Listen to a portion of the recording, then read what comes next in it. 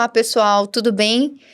Vocês já me conhecem, eu sou a Lélia, sócia da Princípia, e a gente está aqui hoje com a professora, doutora, escritora, Bia Balena. Seja bem-vinda, Bia. A gente está muito honrado e muito agradecido de tu ter aceitado esse nosso convite e passar aqui pra gente um pouquinho hoje da tua trajetória, dos teus desafios, dos conselhos que tu pode dar, não só para as mulheres do nosso mercado, né, do mercado da educação superior, mas as mulheres de todos os mercados, né, as mulheres líderes, as mulheres de alta gestão, enfim, que almejam essas posições mais elevadas de liderança.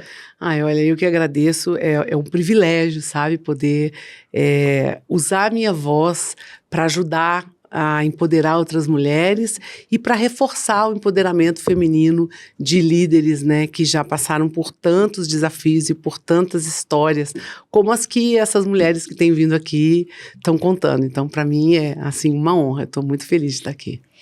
O nosso sentimento é que ele é um misto, porque a gente sabe que a gente só está nesse caminho e só trilha esse caminho porque antes de nós vieram mulheres como tu. Então, é um misto de sentimento de aprendizado, de gratidão, de espelho mesmo, de olhar para vocês, para ti especialmente, te admiro demais, e almejar essa posição também, né? E almejar ser como a gente quer ser a Bia Balena. Obrigada, viu, então, Bia? é por isso que eu faço questão, assim, de compartilhar alguns detalhes, mas fundamentalmente de mostrar o caminho, sabe? Porque existe um caminho. É bem verdade que na minha condição, assim, eu sou uma profissional que me formei na década de 80, então eu vi vários Brasis, eu vi vários movimentos políticos, eu vi vários movimentos femininos, né? E a gente teve que desbravar muitas coisas.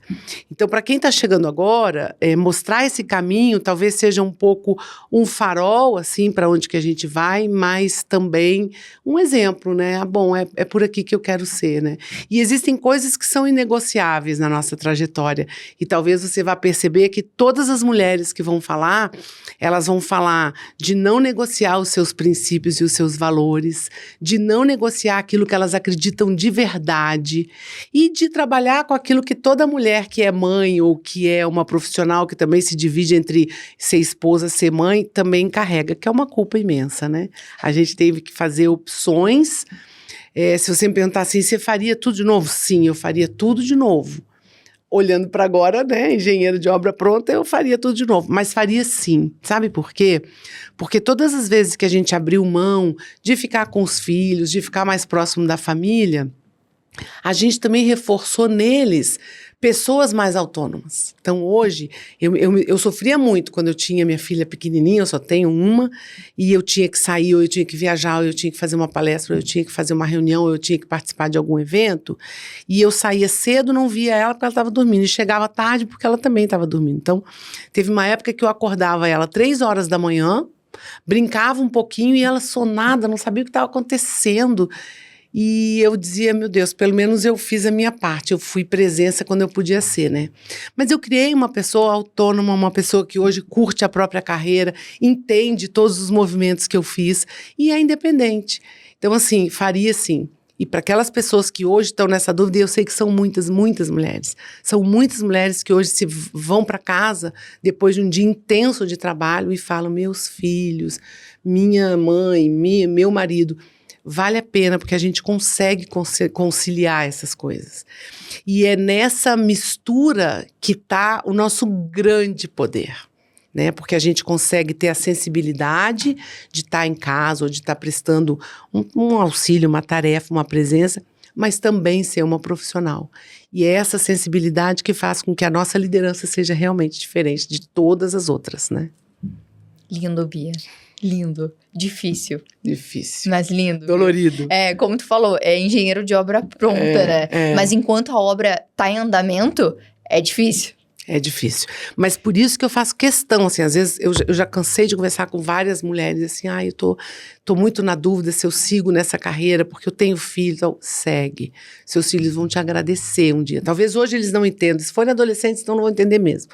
Mas talvez hoje eles não entendam. Mas mais pra frente, você vai ser uma pessoa mais bem resolvida, porque você não abriu mão, né, das coisas que você acreditava. Você vai ser uma companheira mais bem elaborada, sem cobrar do outro aquilo que o outro te tirou. E vai ser dona das suas escolhas, porque a gente também não sabe o que vem pela frente, né? Então é melhor a gente se sustentar na nossa profissão, sabe? Se estruturar, qualquer que seja a profissão, né? Acho que liderar não é só você ter pessoas embaixo de você respondendo para você. Liderar é toda vez que você consegue, com o seu exemplo, com a sua atitude, com a sua proatividade, com o seu trabalho, liderar um movimento. Eu conheço artesãs, que você também agora conheceu, que são líderes do seu próprio movimento. Ela é uma líder de bairro, de comunidade, e ela foi se tornando líder porque as pessoas iam ali pedir conselhos para ela. Uma mulher simples, sem muitos estudos, mas que lidera um grupo de outras mulheres que descobriram que, se realizando profissionalmente, elas fazem todo o entorno delas mais felizes. Eu acho que esse é o ponto. O exemplo do fazer, né? Não só do falar, mas a ação, né? Exatamente. Muito ação. Eu quero dar um passinho atrás aqui pro Vamos pessoal e contar para eles a tua trajetória profissional. A Bia foi a primeira pró-reitora da Universidade de Cruz Alta, da Unicruz. Ela estruturou o reconhecimento da instituição no MEC. Ela foi professora e pesquisadora da PUC-RS, pró-reitora e vice-reitora da UVA, pró-reitora de graduação da PUC Paraná, consultora do Banco Mundial no projeto Universidades no âmbito dos Sinais, juntamente com o MEC. Ela foi reitora da UVA até 2 semanas atrás. Ela foi do Conselho Consultivo da Unifeob e é conselheira do Politécnico Gran Colômbia, em Bogotá. Ela é colunista da revista Ensino Superior, conselheira do Instituto Ela Educadoras do Brasil, é presidente da FUNADESP, Fundação Nacional de Desenvolvimento do Ensino Superior Particular. A Bia é escritora e é da diretoria do SEMERGE, que é o Sindicato das Entidades Mantenedoras de Estabelecimentos do Ensino Superior do Estado do Rio de Janeiro. É isso, Bia? Esqueci algum detalhe? É isso, já deu. Já e, aí, se a gente abrir o currículo pessoal, então, né? Mãe da Priscila, e aí a gente continua tutora aqui. Da FEND. E aí a gente continua aqui o dia fora. Mas vamos lá, Bia. É justamente essa conversa que a gente já iniciou. A nossa primeira pergunta para ti é: como tu consegue conciliar essa tua história toda, a tua vida toda, então, de mãe da Priscila, de tutora da FEND, de agora, tu foi até 2 semanas atrás, reitora da UVA, conselheira em tantas frentes. Então, como tu consegue conciliar todas essas pontas, né? E ainda ter um tempo para ti, para as tuas coisas, para os teus hobbies. Bem verdade que os hobbies é o que fica no último da lista, né? Mas assim, basicamente, quando a gente lida numa área, assim, tipo a educação, que é uma área muito rica, né? Uma área muito fértil, né? A gente vai desempenhando papéis, assim, um pouco um derivado do outro, né? O Ela, por exemplo, ele aparece exatamente no momento em que a gente começa a ver que o trabalho da educadora precisa se estender também para aquelas pessoas que precisam de ter sua voz mais ouvida, né? Então, eu me engajei nessa causa muito, assim, por uma questão de propósito, né? E as outras tarefas, elas estão mais ou menos interligadas. Você vê que quando a gente está na reitoria, você tem uma supervisão que te mostra, assim, algumas falhas, alguns momentos em que você pode ser mais atuante, né? Por exemplo, eu sou louca com pesquisa, eu nasci socióloga, né? Me formei socióloga lá na Federal de Juiz de Fora, na década de 80, e eu acho que a pesquisa é uma coisa fundamental. O Brasil podia ser um país muito melhor se a gente investisse em pesquisa séria, em pesquisa aplicada, em pesquisa básica, né? A gente está perdendo o cérebro por causa disso. Então, a pesquisa foi me levando para a FUNADESP, que é um apoio às entidades que pesquisam. Dali a gente vai entrando um pouco na causa, né, das universidades particulares que precisam de um suporte. Então, uma coisa vai derivando da outra, mas o fundo disso tudo é uma inquietação, sabe? Que a gente, quando está nesses movimentos, a gente sente assim, o que mais que eu posso fazer? Né? Isso aqui eu já fiz, ok, esse desafio já vencemos. O que mais que dá para a gente fazer, né, para melhorar, para ampliar acesso, para para ampliar custos, para a gente trazer mais gente para o ensino superior, para a gente formar pessoas que o sonho da vida delas é ter um curso superior. Lá na UVA, em algumas outras instituições eu já vi isso também. Eu participei de formaturas, Lélia, que era o primeiro curso superior da família inteira. Então vai a avó, vai os pais, as mães, e a criatura lá tirando o seu diploma. É uma alegria, é uma emoção. Então, quando a gente participa disso, você fala assim, eu quero mais gente, eu quero mais pessoas podendo, né, viver esse sonho. E a educação hoje, infelizmente, ela ainda está muito no plano do sonho, né? Porque se a gente for ver assim, quantas mulheres podem se dar ao luxo de fazer um curso superior, trabalhar naquilo que se prepararam, ganhar seu dinheiro naquilo que se prepararam, né? Então, eu acho que usar a nossa liderança em prol desses feitos, eu acho que é muito importante. Por isso, uma coisa mais ou menos vai acontecendo, assim. Eu não planejei, assim, hoje eu vou ser dirigente do SEMERGE, hoje eu vou ser presidente da FUNADER. Vai acontecendo, sabe? E na medida em que as pessoas vão enxergando em você isso, né, alguém com uma potência para fazer alguma coisa acontecer, naturalmente isso vai meio que, como se vai uma coisa, um imã, sabe? Vai te puxando assim e vai acontecendo. Acho que é um pouco isso. Tu disse que não foi planejado, né? Mas a Beatriz Balena, que se formou lá em Juiz de Fora, ela já almejava algum cargo de liderança? Já. Já tinha isso em mente? Já. Existem teorias que dizem que a liderança você desenvolve, né? E eu acho que pode ser assim. Mas, e eu acho que eu tenho um dom, assim, essa questão da intuição, né? Intuitivamente, eu me preparei para liderar. Eu me preparei para, de alguma maneira, estar à frente do meu tempo. Seja estudando coisas que ainda são tendência, seja imaginando mundos que ainda não existem, imaginando coisas que ninguém imaginou, olhando para as mesmas coisas de um ângulo diferente, ou abordando essas mesmas coisas de uma forma diferente, mas fundamentalmente abrindo a minha cabeça para pensar o novo, para deixar o novo chegar. Então, toda vez que a gente quiser estar na frente, né, o segredo é esse, assim. É você abrir sua cabeça e falar, deixa eu ver o que ninguém ainda está vendo, né? Porque se você for pensar, os grandes gênios, sejam homens, sejam as mulheres, eu acho que as mulheres foram muito mais geniais, mas os grandes gênios, eles fizeram coisas basicamente simples. Só que eles fizeram o simples de uma forma que ninguém nunca fez, né? Então, assim, você vê, tem várias histórias de mulheres que descobriram coisas, né? Mulheres que descobriram o brancol, aquele negócio que a gente passa, assim, pra tapar, lembra? Agora a gente usa pouco, mas, assim, tinha um negócio que a gente passava, uma tinta que a gente passava para correr um corretivo. A gente chama lá no sul de Errorex. Errorex, aqui é brancol e tal. E isso foi de uma coisa simples, uma mulher que diluiu um esmalte branco. E isso, agora ninguém sabe disso, mas na época da datilografia isso foi revolucionário, né? E assim foram, mulheres revolucionaram de muitas outras formas. Olha, a NASA tá cheia de mulher. A história feminina é uma história de acontecimentos, é que a gente não está acostumado a falar isso, né? Mas aí, se você for ver, são inovações simples, mas revolucionárias. Então, e atrás disso, todas essas histórias, se a gente for ver biografias, né, de pessoas que fizeram coisas extraordinárias, elas fizeram do simples, né? Para mim, a coisa mais simples foi você ter olhado um celular com um teclado e falado, mas isso pode não ter esse teclado, vamos fazer sem teclado. Olha que coisa simples, mas genial, transformadora, revolucionária, né? Mas olhou de uma forma que ninguém nunca tinha olhado, né? Então, eu acho que esse é o grande segredo, sabe, de uma liderança eficaz, é você olhar para as coisas que estão sendo feitas e falar assim, será que eu posso fazer isso de uma forma mais simples, mais diferente, mais alternativa, de uma forma que ninguém nunca pensou? E primeiro pode soar meio doido, depois pode soar meio, né, iconoclasta, mas é isso, né?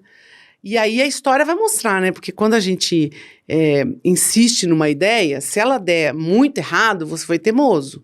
Mas se ela der muito certo, você foi genial. Então a gente tem que fazer essa escolha todos os dias. Eu acordo todos os dias e falo assim, não, eu quero ser teimosa. Porque se nada der certo, no mínimo eu tentei fazer alguma coisa, entendeu?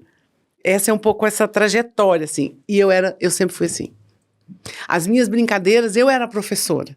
Sala de aula, eu era professora, sabe? Então, sempre assim, uma posição de mais destaque. Agora, é claro, isso tudo precisa ser domado, isso tudo precisa ser, né, burilado, porque senão você fica só uma pessoa que vai para frente das coisas. Pode ser uma guerrilheira, mas nunca uma líder e nenhuma gestora, né? Para isso, você precisa conhecer bem como você reage, modificar muitas coisas das suas reações, precisa conhecer bem qual é o impacto que você dá na vida de outras pessoas, né? Conhecer muito o mundo do negócio, né? Mergulhar fundo no negócio que você vai trabalhar. Pode ser educação, mas pode ser outro. Estudar muito sempre. Partir desse princípio mais ou menos humilde, assim, não, eu não sei, deixa eu aprender. E toda vez que eu fiz isso, eu me dei muito bem. E toda vez que eu não fiz isso, eu me dei muito mal, sabe? Não, eu sei como é que é. Não. Entendeu? Bia, deixa eu te perguntar. Na tua trajetória profissional, a gente vê ali teu movimento, primeiro lá na Unicruz, né? Que foi uma história, assim, de reestruturação da instituição. Isso. E conhecendo o Sul, a gente sabe como é um estado bem conservador, né? Eu sou gaúcha, então eu sei exatamente o que eu tô falando. E aí, tu chegou lá para fazer esse movimento de reconhecimento da instituição no MEC, enfim. E tu tem outras paradinhas ali também. Teve uma parada na PUC-RS, teve uma parada na PUC Paraná. Isso. Até chegar na uva, né? Aí na tua terra, né? No teu campinho. Esses convites, eles foram surgindo ou tu foi chegando na cidade primeiro? Eles foram surgindo e tu foi mudando depois? A Unicruz foi mais ou menos uma conjunção, assim, momentânea. Eu morava em Cruz Alta, eu me casei e fui morar lá. E isso, assim, eu já cheguei, talvez, com uma pegada diferente, de olhar, porque eu vinha de uma universidade, e ela era uma faculdade. Então, eu já tinha essa vivência e poucos ali tinham. Então, eu já trazia esse conceito de que uma universidade tem que ter pesquisa, uma universidade tem que ter extensão, uma universidade tem que ter estruturas de reitoria, pró-reitorias, né? Tive a sorte de ter uma pessoa que assumiu a reitoria que também tinha essa experiência, mas a gente tinha uma universidade de fato e não de direito, porque ela tinha sido criada por decreto, mas o MEC não reconhecia. Então, eu meti a cara para aprender como é que fazia. E foi, assim, uma escola. Depois, a PUC Paraná foi uma headhunter, assim, foi assim, a trajetória que a gente vai construindo, né, e as relações que a gente vai fazendo. Então, eu acabei indo para lá através de um processo seletivo, e foi outra escola também. Então, eu me orgulho, sabe, de ter mudado um pouco esses ambientes, porque esse mosaico todo fez quem eu sou hoje, né, e coisas foram muito, assim, provocadas por mim, mas outras coisas foram consequência dessa trajetória profissional, que a gente vai bloquinho a bloquinho, né? A gente vai, participa dos eventos, se prepara, dá uma palestra, coloca um currículo e isso vai criando uma série de conexões neurais que vão... Porque a profissão é isso, né? Uma carreira é isso. Você não é uma coisa. Eu sou formada em sociologia. O que tem de sociólogo no que eu faço? Um monte de coisa, mas eu não sei te dizer isso. Você é a mesma coisa, todos nós, né? Então, o que faz uma carreira é esse amontoado de vivências que você vai ajuntando, coordenando, e tem gente que chama isso de currículo, eu chamo de trajetória profissional, porque um currículo é muito pouco, né? Um currículo é muito frio. Né? Então, assim, hoje, graças a Deus, as pessoas já estão fazendo seus currículos com vlogs, né? Vídeo. Sim. Isso é muito legal, porque você vê a expressão da pessoa, você sente o calor da pessoa. Quando ela fala do que ela faz, ela fala com paixão ou não. Né? Então, eu adorei fazer seleção. Quando eu fiz seleções, né, de cargos que eu estava contratando, quando eu recebia currículos gravados, eu achava o máximo. E ainda acho, e recomendo, acho que quem quer fazer uma boa aparição para o mercado tem que fazer um vídeo currículo, sabe? E aí já é usar a tecnologia a seu favor, né? Total. Muito diferente do que a gente tinha antigamente, que era entregar aquele currículo frio, como tu falaste, né? O currículo, a folha de papel, né? em branco lá. Não, e o Lattes, então, é pior ainda, meu Deus, sabe? Assim, não, gente, não, Lattes não dá, sabe? Um currículo tem que ter no máximo 2 folhas e um líder de verdade tem que abrir o currículo com o pé na porta, do tipo, eu fiz tal coisa e deu esse resultado. Eu trabalho nessa coisa e entrego isso. Quer dizer, porque quem contrata hoje não tem mais tempo para ficar lendo. Em 1963 eu nasci, em 1983 eu me formei, entende? Então, assim, hoje a gente tem que ser direto ao ponto e muito focado naquilo que você quer. Qual o resultado que você quer quando alguém lê teu currículo? Aí eu quero ser contratada porque eu quero trabalhar com esse resultado. Então, foca nele, sabe? Mas com vídeo, eu acho maravilhoso. E usar a tecnologia a seu favor, né? Bia, a gente tá vendo que a tua trajetória, ela veio te preparando, né? Para subir mais um degrau, até que tu chegou na reitoria da UVA. E ficou até 2 semanas atrás. Tu saiu de lá também por um bom motivo, né? Para assumir algum outro cargo ali. Enfim. Mas neste teu caminho, quais foram os teus maiores desafios? E tem alguma coisa no teu caminho ali, ou na tua trajetória de reitora mesmo da UVA, que te orgulha mais? Algo que tu destacaria, assim, olha, na minha carreira de reitora eu destaco este ponto ou aquele? Tem. Não só na minha carreira de reitora, mas assim, na minha carreira de educadora.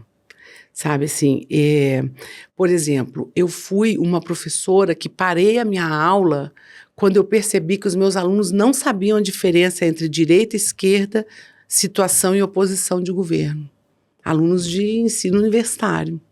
Né? Porque eu fui professora há muitos anos, fui professora de sociologia, fui professora de pesquisa, metodologia da pesquisa, fui professora de didática, fui professora de um monte de coisa. Mas nessa específica em sociologia, 2 momentos me deram muito prazer. Quando eu parei falei, olha, que se dane o conteúdo que eu tenho que vencer. Essas pessoas que passam por mim, elas não podem sair daqui confundindo situação e oposição, direita e esquerda. Porque eles já vinham, né, de uma história de que a direita sempre foi governo e a esquerda sempre foi oposição. E foi justamente quando o Brasil troca. Passa para um governo, né, de esquerda e a oposição passa a ser da direita. Isso foi década de 90 lá. E aí eu achei que aquilo era muito importante. Então isso me deu muito prazer, assim, quando você transforma a vida daquelas pessoas em conhecimento, sabe? Não estava no programa, não estava no conteúdo, mas era aquilo que precisava ser feito. Na reitoria, e eu acho assim, para um educador, para um gestor, a reitoria, ela é assim, o campo de batalha, o cenário de prova, sabe? O grande palco mesmo, onde todas as ações se descortinam, né? Porque você tem que ter uma visão de como as coisas funcionam e, ao mesmo tempo, você tem que orquestrar para que tudo funcione bem. Né? E isso é uma coisa de orquestra mesmo. Acho que um reitor, ele é tipo um maestro, assim. Se você perguntar assim, ele não faz nada, mas tira o maestro de uma orquestra para você ver, a orquestra não toca. Mas cada um sabe o seu instrumento, cada um sabe o que tem que fazer. Na reitoria da UVA, eu tive 2 momentos, assim, de muito, não posso dizer prazer, porque um foi muito complexo. Mas, assim, eu entrei em 2019... E logo depois veio a pandemia. Então, eu liderei uma instituição que tinha 3 campi à época e nós viramos 25 mil, porque cada casa virou um campus. Cada professor e cada aluno fez da sua casa um campus, uma sala de aula. Então, a gente tinha 25 mil salas de aulas abertas durante todo aquele movimento da pandemia, né? Perdemos alunos, perdemos funcionários, perdemos pais de professores, enfim, colaboradores e tal. Então, foi muito desafiador. Então, eu peguei uma pandemia, né? Peguei uma universidade com 15 mil alunos, hoje ela tem quase 30, então foi um crescimento vertiginoso. E a implantação de um novo campus em plena pandemia, em 2022 a gente abriu um campus novo em Botafogo, né? E implantamos ali um curso de medicina. Então foi um desafio realmente, e claro que a gente não faz nada disso sozinha, é óbvio, né? Mas assim, liderar esse grupo, né, junto com os meus parceiros, liderar esse grupo que implantou um curso de medicina quando nada apontava que seria possível, foi também um outro momento de grande alegria. E principalmente tudo isso a gente faz levando um propósito, que é o meu propósito, né? Que é fazer com que a educação transforme a vida de pessoas. Seja da medicina, seja da educação física, da fisioterapia, da fonoaudiologia, da pedagogia, da administração do direito, não importa. Desde que você consiga fazer com que eles consigam pagar, consigam estudar, que eles tenham bons professores e que eles tenham um acolhimento, sabe? E eu sempre fui uma reitora que busquei ser acolhedora. Não aquela reitora que passa a mão na cabeça do aluno e nem do professor, mas aquela reitora que entende os dois mundos e que tenta tirar daquilo o melhor. Então, eu já dei muitos nãos para os alunos, para várias questões que eles pediram. Aluno que queria revisão de prova, aluno que queria passar de ano, aluno que queria um monte de coisa. Eu já dei vários nãos. E todos eles saíram da minha sala entendendo aquele não. Né? Eu passei por várias crises, assim, porque a gente teve crise de FIES, a gente teve crise do EAD, a gente teve, né, um monte de sobressaltos na regulação, né, brasileira, mas todas as vezes essas crises entraram no gabinete e saíram menores do que elas entraram. Isso significa que a gente consegue criar um ambiente de liderança que as pessoas confiam entre si, que as pessoas colaboram entre si. Né? E ser líder é bem diferente de ser chefe, né? Então, essa liderança ela é muito mais trabalhosa, mas ela é muito mais satisfatória, ela deixa um legado muito legal, que eu acho que é isso. É uma liderança acessível, né, Bia? Porque existem reitores e reitoras que não deixam esse acesso livre ao aluno, né? E aí distancia o próprio aluno, né? A instituição é minha, mas como eu não deixo a porta aberta, o aluno não fala comigo, não tem essa troca. Então, quer dizer, se o problema chegou no teu gabinete e o aluno entrou pela tua porta, quer dizer que tu é acessível o suficiente, né? Total. Meus alunos eles conversam comigo pelo Instagram, conversam comigo pelo LinkedIn, mas eu criei um núcleo, a gente estabeleceu um comitê de estudantes, assim, sem eleição, sem nada. A gente criou um comitê, quem queria participava, estudantes de todos os cursos, e a gente se reunia semanalmente, às vezes mensalmente, às vezes semanalmente, sempre que tinha algum problema. Então, e esse grupo, eles se auto-organizaram. Você vê, não é DCE nem nada, é um comitê de estudantes de assessoria à reitoria. E olha que interessante, uma vez a gente estava falando, porque agora vai começar a aula e tal, e eu faço uma live com os alunos novos. Eu sempre fazia, né? Eu faço, vou fazer a live de abertura. Aí uma aluna falou assim, por que você faz só com os alunos novos? Por que você não faz com os alunos antigos também, com os alunos que já são? É mesmo, vocês querem? Claro que a gente quer. Tem muitos que entraram, que às vezes, porque vem transferido, ou porque voltam a estudar, né? Entram de novo, então eles não conhecem a reitora, porque não fizeram aquela live original. Então tá. Então aí eu passei a fazer com os egressos, aliás, com os veteranos e com os calouros, entendeu? Então, assim, isso dá pra gente uma renovação, assim, você vai vendo o que tá acontecendo ali, no dia a dia deles. Foi muito legal. E é simples, uma coisa simples, relativamente simples, mas que foi o aluno que levantou, né? Por que não faz pra gente também, né? Só pros calouros. E você vê que ideia simples, né? Mas é ouvindo, né? Mas é isso, e é a dor dele, né? Porque ele não estava participando e queria também te ouvir, os outros também queriam. E é bacana, porque assim, quando você abre para ouvir essas pessoas, eles não estão ali só para reclamar. Olha que eles estão ali para dar ideia. E foi uma ideia que eu achei muito bacana, a gente aplicou a ideia, deu muito certo, sabe? E hoje a gente é amigo, entendeu? Porque assim, tem uma que tem plantação de café, daí ela manda café, tem outra que faz polidense, aí eu sigo ela, sabe? Então assim, são várias camadas de relacionamento que a gente acabou construindo, entendeu? Que bacana, isso é acesso, né? Isso é liderança, isso não é chefia. Tá aí a diferença, né? Eu sigo porque eu quero seguir, é liderança. Chefia, eu sigo porque eu sou obrigada a seguir. E várias vezes eu já fui reconhecida assim, oi Bia, tal, é aluno. Tem um que faz filme, ele dubla, ele manda pra mim quando ele tá dublando. Que bacana. É muito bacana. Que bacana, acessibilidade. Bia, tu tem algum ídolo, alguém que te inspira nesse nosso mercado? Ou não necessariamente precisa ser, tá? Alguém que te inspira e tu acredita que essa influência positiva tem relevância na tua trajetória? Ou durante esse período todo da tua trajetória profissional, tu seguiu mais pela tua intuição? As duas coisas, né? Eu tenho assim, eu tenho a minha mãe, que é uma guerreira, uma mulher assim. A minha mãe é uma mulher singular, sabe? E ela sempre foi, para mim, um guia, entende? Minha mãe foi uma pessoa que teve vários reveses na vida e ela levantava. E a minha mãe não é uma pessoa de muita teoria, minha mãe é super prática. Então, eu me inspirei muito nela, na fortaleza, sabe? Na alegria, na forma como ela se relaciona com as pessoas. Minha mãe é uma pessoa que ela conversa de manhã até à noite, ela tem com quem conversar, porque ela conversa com todo mundo. E eu acho que esse amor pelo ser humano, sabe? Essa coisa assim de se dar com todos é fundamental para a gente viver em sociedade. Então, bateu com aquilo que é a minha teoria, né, de relações sociais. Então, minha mãe é uma referência muito forte. Existem muitas mulheres que, seja na área educacional ou não, inspiram a gente de alguma forma, né? Tanto na área de gestão, quanto na área... E mesmo assim, mulheres muito simples. Eu te dei exemplo, né, dessa líder comunitária, te dei exemplo de outras mulheres. Mas, assim...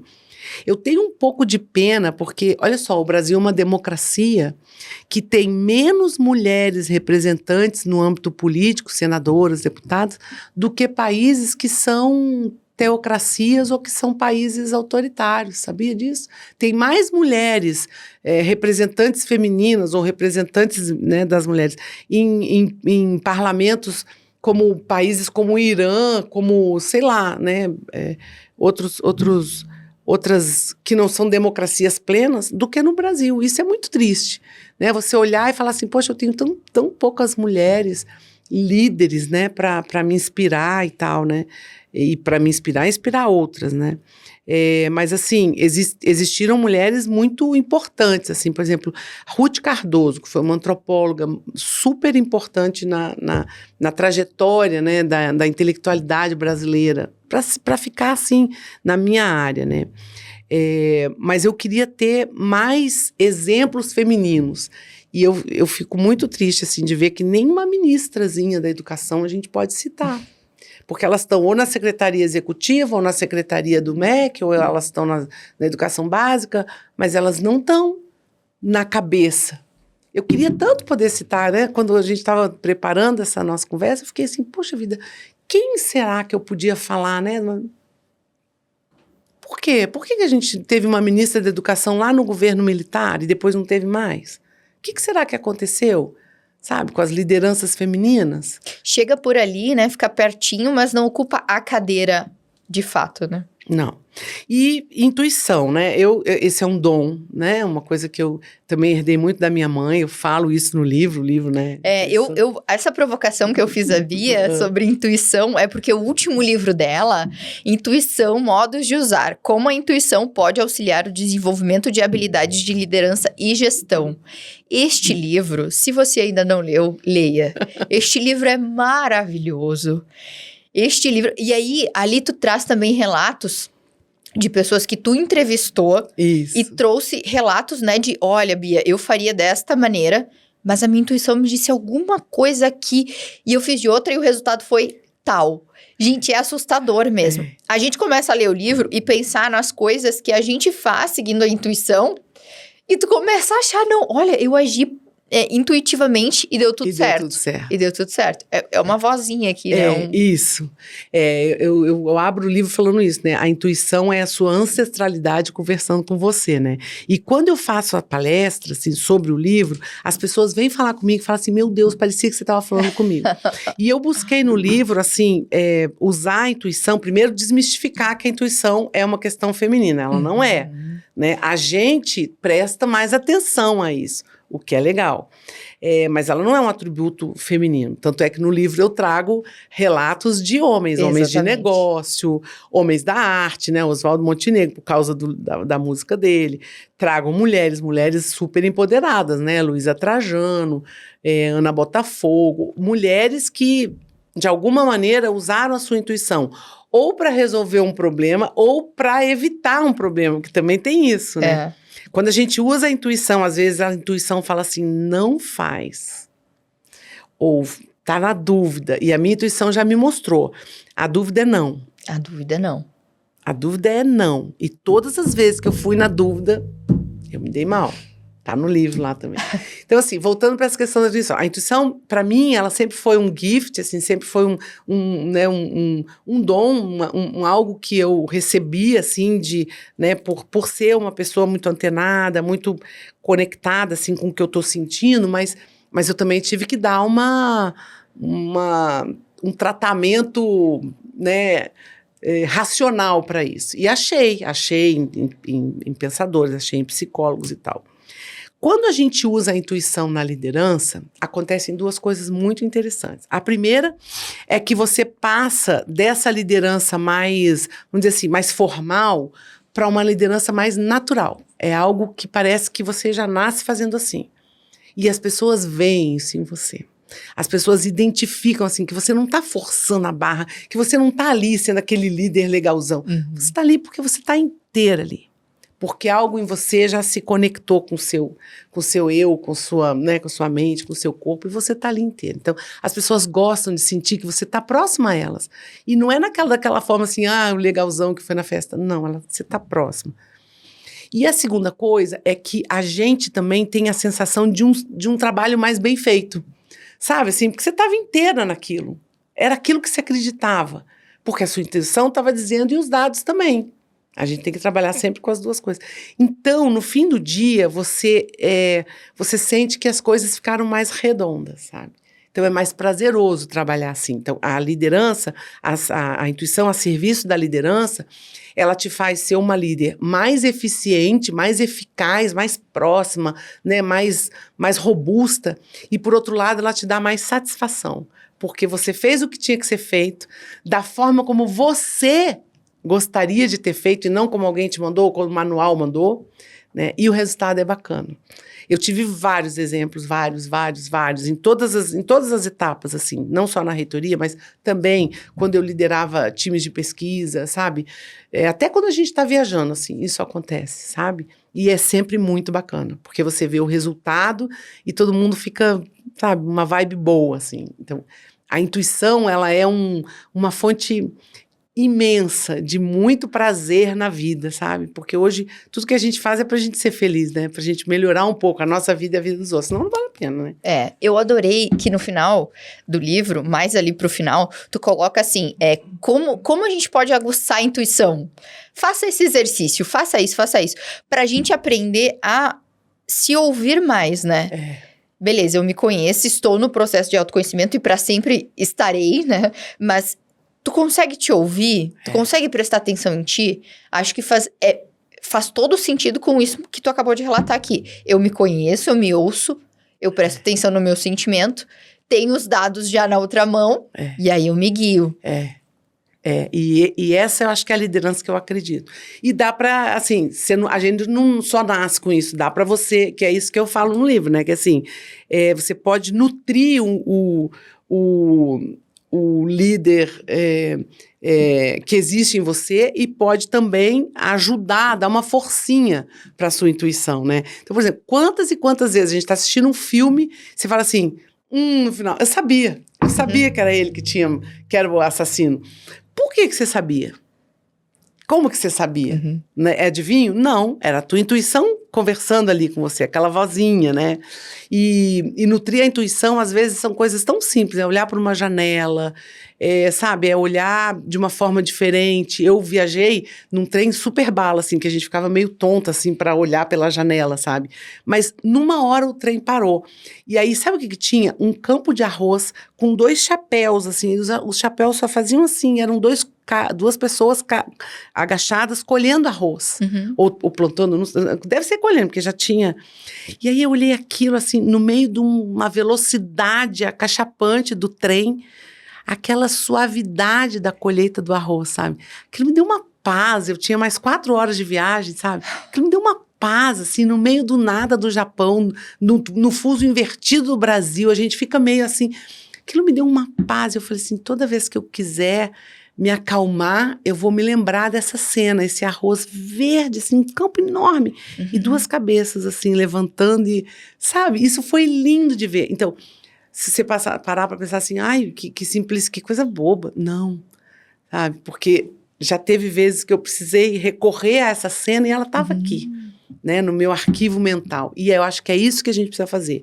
A gente precisa criar, nesse mundo tão maluco, tão veloz, tão barulhento, tão cheio de informação, você precisa criar os seus arquivos, assim, um arquivo que vai te dar calma, um arquivo que vai te dar criatividade, um arquivo que vai nutrir a sua emoção, um arquivo que vai nutrir a sua doçura, porque a gente acaba tendo que ficar, né, meio fortona demais. Isso é uma característica que a mulher perdeu e que a gente agora está voltando de novo, né? E eu acho que foi muito duro a gente ter que sair um pouco do nosso normal para assumir uma capa mais, né, menos feminina, porque senão você ia ser taxada de bobinha, de fraca. Frágil. Como se fosse um problema, né? Como se isso fosse um problema. Como se fosse um problema. Isso é triste, assim. Comigo nunca aconteceu, mas é porque eu já tenho esse jeito mais assim. Mas eu conheço muitas mulheres que tiveram que se travestir praticamente, serem mais duras, usarem roupas mais comportadas, mais, sabe, mais pesadas e assumirem um tom mais professoral para serem respeitadas. Que dó! Sabe, o problema não está nelas, o problema está numa sociedade adoentada e machista que ainda não incorporou de uma forma definitiva o papel feminino, sabe? Sim, Bia, mas falar sobre intuição é um assunto que dá muito pano pra manga, pra mim, e aí a gente teria que fazer um podcast só sobre isso, porque logo depois que eu terminei o teu livro da intuição, eu tava lendo um da autoconsciência, e ele fala, eu vou ver o título direitinho, depois eu passo pra ti, e ele falava exatamente sobre isso. Por que tu tá olhando um filme e de repente eu sei o que vai acontecer? Existem fragmentos que são cenas ou recortes que o nosso cérebro vai fazendo inconscientemente e vai guardando. Isso aí. Então, quando algo acontece, o teu cérebro dispara aquela informação e te diz, tu já viu isso antes? E aí ele busca os fragmentos, sem que tu perceba, né? Porque é inconsciente, ele busca esses fragmentos e tu não sabe como tu sabe, mas tu sabe. Exatamente. Eu não sei como eu sei, mas eu sei que foi assim.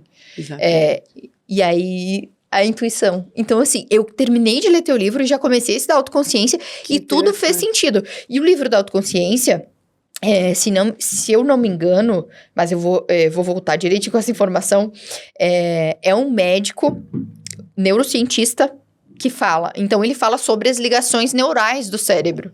Pode ser o Antônio Damasco. Ele fala, ele dá toda uma explicação ali. Para isso, é um livro de autoconsciência. E foi maravilhoso, as coisas, os pontos se interligaram. E aí, no teu livro, tu traz recortes ali de mulheres falando sobre intuição e de homens. Pra gente também desmistificar isso de que intuição é coisa de mulher. Não é. Intuição é de quem se conhece e de quem se ouve, né? Isso, exatamente. Deixa eu te perguntar. Durante os teus anos de liderança, tua trajetória profissional, tu consegue identificar como a Bia líder de alguns anos atrás mudou e evoluiu para a Bia de agora? Assim, pontos específicos, olha, eu me comportava dessa maneira e hoje não mais. Eu consigo, assim, eu teria que fazer um exercício, assim, um autoexame, assim, uma autoconsciência, né? O que eu percebo é assim, quer ver? A liderança, há uns anos atrás, a gente tinha uma visão, eu diria assim, a gente tinha uma tarefa. Então, a gente fazia aquilo. E talvez, assim, essa coisa de empoderar outras mulheres, sabe? De usar a minha voz e os meus privilégios ainda não eram tão evidentes, assim. Claro, eu era uma líder mais jovem, bem menos idealista no sentido de que eu tenho que fazer, é isso aqui que tem que fazer, eu vou fazer. Né, assim, cumprir as metas e estabelecer o que tinha que ser feito e ainda tateando um pouco nesse terreno da gestão moderna, porque as universidades, a gestão universitária se modernizou muito, a exemplo de empresas, a exemplo de empresas de capital aberto, acho que ainda tem muita estrada para cumprir, mas assim, a gente hoje já pensa num curso na sustentabilidade dele, a gente já pensa em qualidade num projeto que tem que parar em pé. E esse não era muito o discurso. E aí ficou aquela guerrinha do acadêmico com o administrativo, né? Então, quando você queria dizer que uma coisa não parava em pé, você falava que ela era acadêmico. Quando você queria dizer que uma coisa era muito estruturada, era administrativo. Então, eu passei muitos anos tentando quebrar essa resistência de ambos os lados, porque eu me tornei muito jovem, uma profissional ambidestra. Nesse sentido, eu entendia o acadêmico, mas eu também entendia que isso tinha que parar de pé. Eu entendia as regras de uma qualidade acadêmica, mas eu entendo que isso também tem que parar de pé. Né? Então, eu estruturei os 4 mestrados da Veiga e os 3 doutorados da Veiga. Na época, eu fui pró-reitora de pós-graduação também, quando eu entrei na Veiga. Então, eu sabia que aquilo tinha que ser um negócio de muita qualidade, senão a CAPES não autoriza, mas tem que parar de pé. Então, eu passei muito tempo nessa dicotomia, assim, de fazer uma gestão ambidestra, né? Por um lado, eu olhava a qualidade, por um lado, eu olhava tudo que tinha ali de necessidade, de conhecimento, de acadêmico. Por outro lado, eu dizia assim, mas isso aqui tem que ter um PNL, tem que ter um budget, tem que ter, enfim. Aí, depois que você coloca essas coisas meio que Maslow, né? Já está resolvido isso, já entendi como é que faz a gestão, a gente já incorporou outros hábitos de empresas. Então, agora eu posso pensar coisas que deem mais relevância ao meu propósito feminino, né, de liderança, de gestão. E aí eu comecei realmente a me preocupar em usar meus privilégios. Sou uma mulher branca, eu venho de uma família estruturada, eu estudei numa universidade pública. O que eu faço com isso? Em prol das mulheres que não tiveram esses privilégios, né? Eu sou uma pessoa que eu galguei pontos, né, de gestão. O que eu faço com aquelas que hoje precisam de um emprego, precisam de uma referência, precisam de uma ajuda, precisam de uma mentoria, precisam de, olha, eu gostei do seu currículo, mas se você fizer assim, posso te dar uma dica? Você é tão poderosa, você é tão empoderada, por que você não vai nessa direção aqui? Olha quanta coisa tem para você fazer aqui. Então, hoje eu tenho feito mais isso, sabe? Então, assim, se a Bia de hoje pudesse olhar para aquela Bia de lá e falar assim, moça, começa a usar agora, porque você, né? Porque você tem muitos privilégios, vamos crescer junto. Que é aquela de, sabe, você cresce, mas dá a mão para alguém. E eu acho que é muito importante que as questões das mulheres pretas, das mães solteiras, das mães solo, das mulheres pobres, ela é uma questão de todas nós.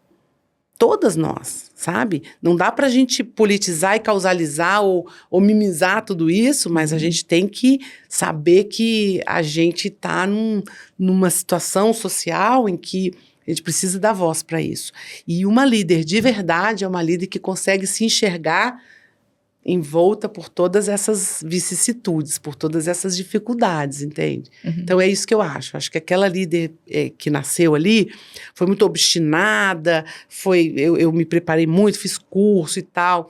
Depois eu comecei a ir para uma área assim, agora eu quero, que foi a minha preparação para ser conselheira, foi um pouco isso, assim, deixa eu olhar o que os meus privilégios podem me... E isso te torna uma pessoa mais centrada, mas, por outro lado, mais sensível ao seu entorno.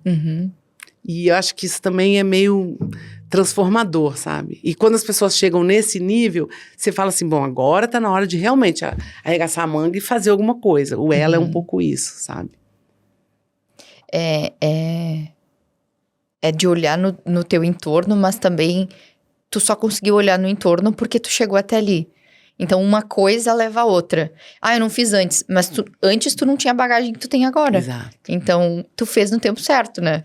Fez como devia ser feito. Bia, como a educação superior tem incentivado a representatividade feminina nos cargos de liderança? Como tu vê isso? Então, eu vejo com muita preocupação, sabe? Eu vejo com muita preocupação, porque aquilo que a gente acabou de falar, assim, eu não vejo, por exemplo, lideranças no campo político, assim, para dar pra gente, assim, uma certa tranquilidade. Não, a gente vai ter ministras boas. Ministras da educação, gente, a gente tem alunas, a gente tem professoras da primeira à oitava série, eu não conheço muitos professores homens. A maioria é mulher. Sabe? Então, você vai dizer que a gente não tem, que as mulheres não têm mais experiência na educação básica? Por que não tem uma ministra ainda? Entendeu? Por que a gente tem que estar ainda debatendo se tem que indicar ou não uma ministra como se isso fosse um privilégio? Não, isso é uma necessidade. Né? Eu acho que a equidade de gênero ainda é algo que me preocupa pra caramba. Na educação superior, o que eu vejo são mulheres muito, muito, muito bacanas, mulheres que são, assim, expoentes. Você vai ver reitoras, você vai ver diretoras, você vai ver professoras, pesquisadoras. E elas não têm uma certa relevância que elas precisavam ter, entendeu?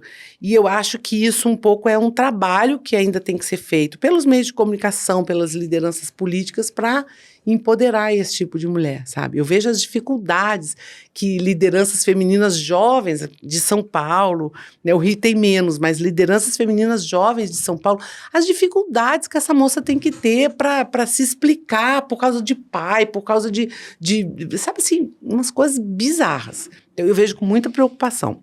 Por outro lado, eu já acho que as meninas que estão chegando, elas não viram o mato alto que a gente pegou. Né? E aí, quando elas chegarem, quando você perguntar para elas assim, mas você quer trabalhar ou você quer ser mãe? Eu quero ser as duas coisas. Talvez até mais trabalhar, não sei nem se eu quero ser mãe, né? Então, assim, as coisas não são mais ou, já são e. Né? E são meninas que já vieram de mães que já trabalham. Né? Que da nossa geração, poucas mães trabalhavam. Então, a gente teve que, sabe, apanhar mais e deixar se bater mais pelo mundo, pelas coisas e tal. Então, eu vejo com preocupação, mas vejo que existem espaços que a gente precisa ocupar e existem forças e lideranças que precisam falar mais alto para poder também virar esse jogo. Eu gostaria muito de ver um próximo ministro da Educação, uma mulher. Gostaria também. Sonho. Não desejo isso para mim e nem para pessoas se as coisas não mudarem muito. Mas, assim, eu desejo para uma mulher. Eu penso e eu venho desse mundo também, onde o mato era alto e a gente tinha que capinar para poder passar, né? A gente tinha que abrir estrada. E hoje em dia, nesta geração que está vindo e que tem a possibilidade de liderar no futuro, eu não vejo muito isso. Então, assim, a gente já pavimentou a estrada, né? Já lutou, elas já têm espaço. Será que elas vão almejar a liderança? Vão almejar esses cargos de alta gestão? Ou não, isso nos deixou doente e elas não querem mais isso, né? Essa é uma questão. É um ponto... Esse é um ponto seríssimo. Porque se você for ver, essa geração agora, eles têm uma visão diferente da nossa. A nossa, o que a gente queria? A gente queria sair de casa, ter a nossa casa, ter o nosso salário, ter o nosso carro, ter o nosso apartamento e ter a nossa vida. Essa geração, ela já tem outros valores, assim, não querem ter, querem usar. Então, você não tem mais carro, você tem Uber, você não tem mais apartamento, você tem um Airbnb, você tem ou mora com os pais, né? Esse traço do desejo, né, que a gente trouxe muito forte e que, como você disse muito bem, nos adoeceu, talvez seja melhor trabalhado nessa geração de agora, né? Os millennials têm isso de uma forma mais blasé, assim, que é tipo, ou eu já chego chefe ou eu já nem quero. Os Zs têm assim, mas será que eu preciso ser chefe para atingir o que eu preciso? Eu só preciso ganhar o dinheiro desse mês para eu viver essa vida aqui que eu quero. Eu não preciso pagar boleto de apartamento, não preciso pagar boleto de carro, então, assim, mas eu acho que essa vida sem esse desejo também, ela deve ficar meio cinza. É porque a gente não consegue se imaginar nela, né? É por isso que pra gente pode ser meio cinza, pode ser que pra geração atual talvez não. Mas tem aí uma sociedade capitalista do consumo, eles precisam consumir. Eles querem ter o tênis da moda, eles querem ter a roupa da moda, eles querem estar na balada, isso tudo custa dinheiro. Quem vai bancar? Entendeu? Mas eu acho que vem aí uma sociedade que a gente está vivendo hoje, a sociedade do cansaço, né? A gente tá cansado. Cansado de tudo, cansado do trabalho, cansado da informação, cansado da cor, cansado da, né? Se você for ver, tudo é muito... Tudo né? é muito. Tudo é muito, é over. Então, eu acho que vem aí uma outra coisa pós-sociedade do cansaço. Que pode ser uma sociedade mais contemplativa e, ao mesmo tempo, mais equitativa, onde homens e mulheres já consigam, né? Mas, ainda assim, tudo isso está na mão das mulheres, né? As mães precisam criar seus filhos, meninos, com uma ideia, né, mais plástica do que é ser mulher. Né, de como respeitar uma mulher, de como olhar para uma mulher, né? Esses dias, olha que coisa interessante, eu fui numa escola e as meninas estavam um short bem curtinho, sabe? Short, assim, tipo hot pants, assim, tipo um biquíni comprido, sabe? E eu disse, elas têm aula agora de vôlei, alguma coisa, tipo short de vôlei. Ela disse, não, elas usam esse short. Eu falei, elas usam esse short. Eu me espantei, né? Eu falei, e aí? Ela falou assim, não, as mães dessas meninas já falaram que as mães dos meninos têm que educar eles para lidar com elas aqui assim, porque elas vão andar assim. Sim. Elas gostam, e o Rio de Janeiro super quente e tal, né? Elas gostam de andar com esse short. É os meninos que têm que respeitar essa vestimenta. Isso. Então, olha que interessante, você já tem uma geração em que os meninos vão ter que se mudar, e não é a menina que vai ter que botar uma saia lá na canela porque os outros não conseguem olhar para ela sem maliciar. E o que também não protege. A saia na canela não protege. Entendeu? Mas dá pro menino a sensação assim, não tô vendo, não vou maliciar. Não, veja e normalize. Veja, né? E respeite. Porque eles podem andar até sem camisa. Né? Então, eu achei muito legal essa resposta, assim, sabe? As mães das meninas falam, não, as mães dos meninos têm que ensinar eles e colégio de elite do Rio de Janeiro. Isso é muito legal. Tomara que seja assim mesmo, né? Tomara que seja. Futuramente. Bia, como você vê o papel das redes de apoio e mentorias no desenvolvimento de um bom líder? E tu conseguiria citar pra gente alguém que te mentorou, alguma mentoria que fez diferença na tua carreira? Sim, eu acho a mentoria fundamental, sabe? Eu tive, sim, alguns mentores homens e algumas mentoras mulheres, sabe? Meu último chefe, Zé Maria Sá, foi um mentor brilhante, uma pessoa com a qual eu também suavizei um pouco essa coisa assim de olhar mais para o propósito e olhar menos para é melhor o feito do que o bem feito, porque às vezes a gente tem também que se superar para mostrar, né? Então, ele foi um mentor maravilhoso. Eu tive duas outras pessoas que me ajudaram muito, uma foi inclusive assim no nível de terapia mesmo, terapia, né, de psicologia, e foi muito importante para mim, sabe? Agora, sabe o que foi mais transformador para mim? Todas as vezes em que eu me abri genuinamente para ouvir um feedback. E todas as vezes que eu ouvi um feedback estruturado, ou às vezes nem tanto, mas assim, em discussões ou em conversas, e que as pessoas me mostravam assim, olha, isso aqui que você faz dispara um gatilho em mim. Olha, isso que você falou não foi legal, sabe? Teve uma que falou assim para mim, olha, a gente conversa, mas tem horas que você olha para o celular, e aí eu acho que você perdeu o interesse. E às vezes nem é, sabe? Às vezes é alguma coisa que tá apitando, ou veio uma ligação e a gente desliga, mas eu não respondi, eu só agradeci. Mas ela disse, às vezes você olha para o celular e eu acho que você dispersou, que você não está mais me ouvindo. Nossa, isso foi, sabe, tão pesado para mim, e a partir dali, assim, se eu tô conversando com você e é uma conversa séria, assim, eu não vou pegar o celular. E eu aconselho a todo mundo que quer ser uma líder eficaz, uma líder, né, mais inspiracional, que faça isso. O tal do mindfulness, né? Que você se concentre naquilo, porque as pessoas são jarros tão interessantes, cheios de coisas ali dentro, né? Que se você não parar um pouquinho, olhar nos olhos, você não vai absorver aquilo. E se a pessoa sente que você está um pouquinho distante ou um pouquinho dispersa, aí, minha filha, aí ela não vai, né, se aproximar. Então, acho que a mentoria é fundamental. Eu agora comecei um pouquinho dentro desse projeto de mentoria, fiz um trabalho com as meninas, né, do Instituto Ela, com mulheres também, e assim, o resultado é absurdo, de enorme, de grande, de revolucionário, de transformador na vida delas. Então, eu acredito muito na mentoria. E acho que a gente tinha que fazer uma rede, de mentoras, sem o propósito de ganhar dinheiro, mas uma rede de mulheres que possam passar em pílulas, em gotas, as suas experiências ou ajudar as outras a resolver problemas. Porque às vezes a gente só quer isso, Lélia, pegar o telefone e falar assim, o que eu faria? O que você faria no meu lugar? Você escreveria esse e-mail desaforado? Não, eu não escreveria. O que você faria? Você responderia? Não, eu não responderia, ou responderia dessa...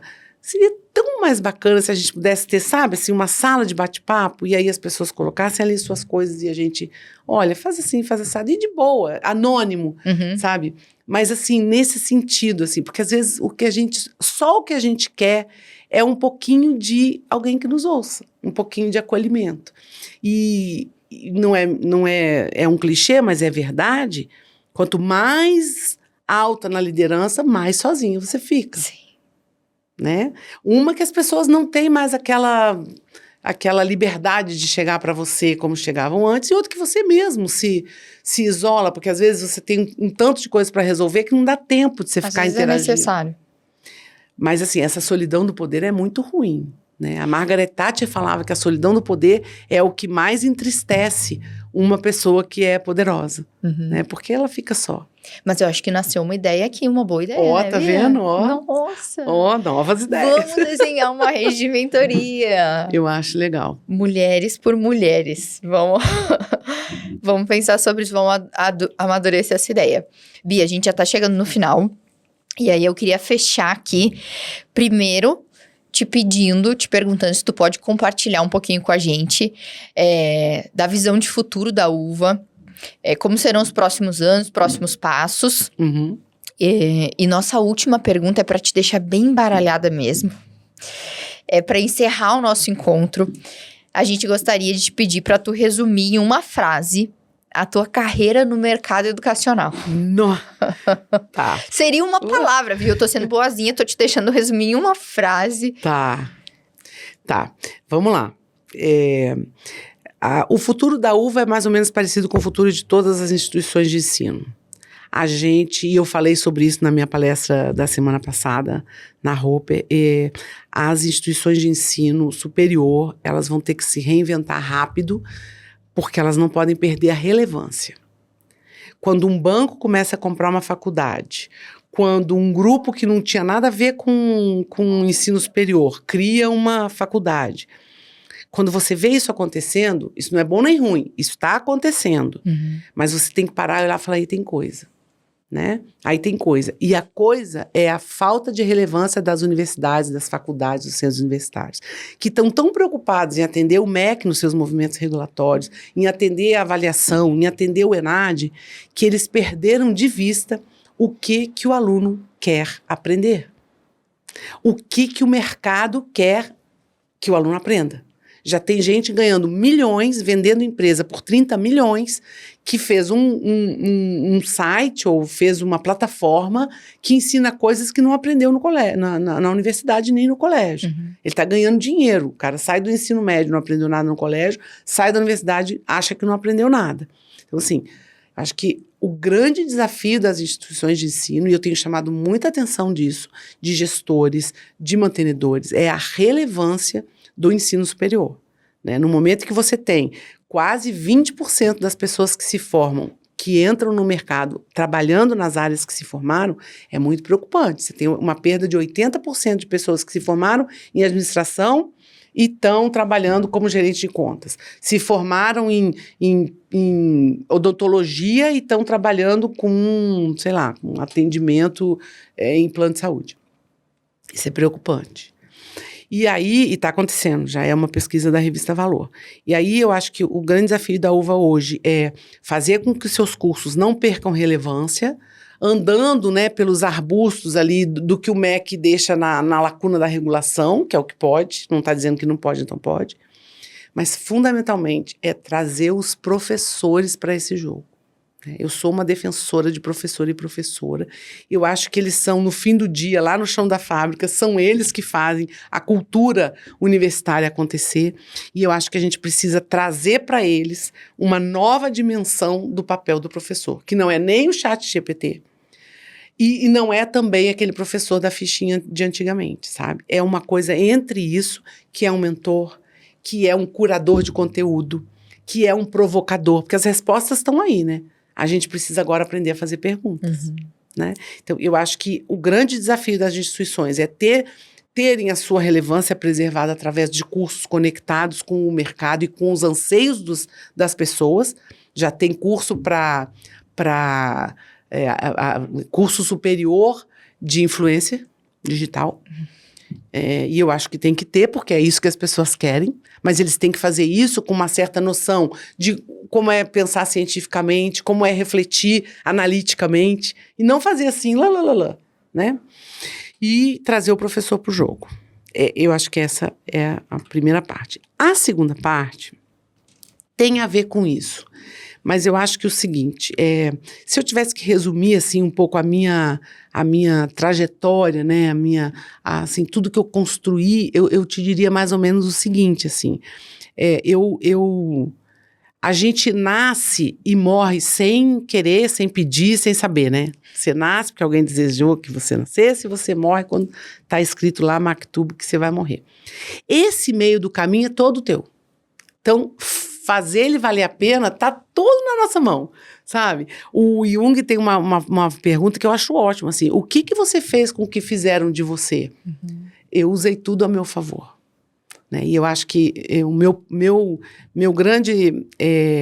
a minha grande frase, assim, é isso, é criar um propósito. Enquanto tiver alguém estudando num curso que eu participei, enquanto tiver alguém lembrando do livro que eu escrevi, enquanto tiver alguém comentando uma risada que uma graça que eu fiz, enquanto alguém tiver você como um pouquinho de referência, não como a referência, mas enquanto você estiver impactando a vida de alguém, seja do seu neto, seja da sua filha, seja da sua mãe, sua irmã, sua família, dos seus alunos, enfim, enquanto você estiver conseguindo fazer com que a sua presença seja uma razão para alguém pensar diferente, fazer diferente, valeu a pena. Então é legado, a palavra é legado. Ai, que ótimo, Bia. Tu resumiu mais ainda pra mim, não só uma frase, uma palavra. Então é possível. Legado. É possível. Adorei. De todas as formas. Se você for olhar, todo mundo tem um legado, né? E às vezes a infelicidade é quando a gente passa uma vida inteira em busca desse legado e não achou o legado, né? E às vezes, por quê? Porque às vezes a gente está buscando um legado assim, eu quero descobrir uma vacina contra o câncer. Não, seja legal com uma pessoa que tem câncer. Você já fez o seu legado, né? Então assim, não é uma coisa grandiosa, é algo que diz respeito a você, aos seus valores, né? A sua missão aqui, porque eu tenho isso, eu acho que a gente não está aqui por acaso, e é assim, e é muito, vamos dizer assim, é muito sintomático, é muito privilégio a gente poder estar aqui compartilhando o mesmo habitat, compartilhando a mesma terra, sabe? O mundo está ficando tão estranho, o clima está ficando tão estranho. Então, mas é privilégio a gente poder estar compartilhando esse mesmo momento histórico, né? Se conhecer de formas mais variadas. Isso é muito privilégio. Então, a gente tem que cuidar disso e fazer disso um momento muito legal, porque é o hoje, você só tem esse agora aqui, você só tem isso. Faz isso valer a pena, né? Fica de bem com alguém que você estava de mal, sabe? Para de reclamar de uma coisa que você não tem controle nenhum, entendeu? E vive mais o presente de uma forma mais inteira, mais, sabe? Mais sossegada, mais...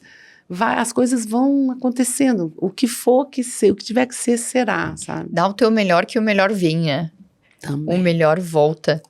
Tudo que a gente faz de bem volta pra gente. Volta pra gente, né? Bia, eu quero te agradecer mais uma vez. Eu que agradeço. Muito obrigada por ter aceitado o nosso convite. A gente adorou estar aqui contigo. Tu é uma pessoa inspiradora. Obrigada. Tu é uma mulher líder demais. E líder, a gente não tá falando de cargo, né? A gente tá falando agora da pessoa, Bia. Obrigada. Eu acho que tu já nasceu líder. Minha mãe fala isso. Eu acho. E tu vem de uma família forte, né, Bia? Muito. Com mulheres fortes. Muito mulheres. Eram 4 mulheres, 4 filhas, a minha mãe e o meu pai. Eram 5 mulheres e um homem. E ele quietinho, né? Porque Sempre. 5 mulheres, ele não tinha muito o que fazer. Mas, Bia, quero te agradecer demais. A gente tá muito feliz com a tua participação aqui. Obrigada, Pessoal, muito obrigada também e até o próximo. muito obrigada, foi uma honra e um prazer estar aqui sempre. Obrigada. Obrigada, Bia.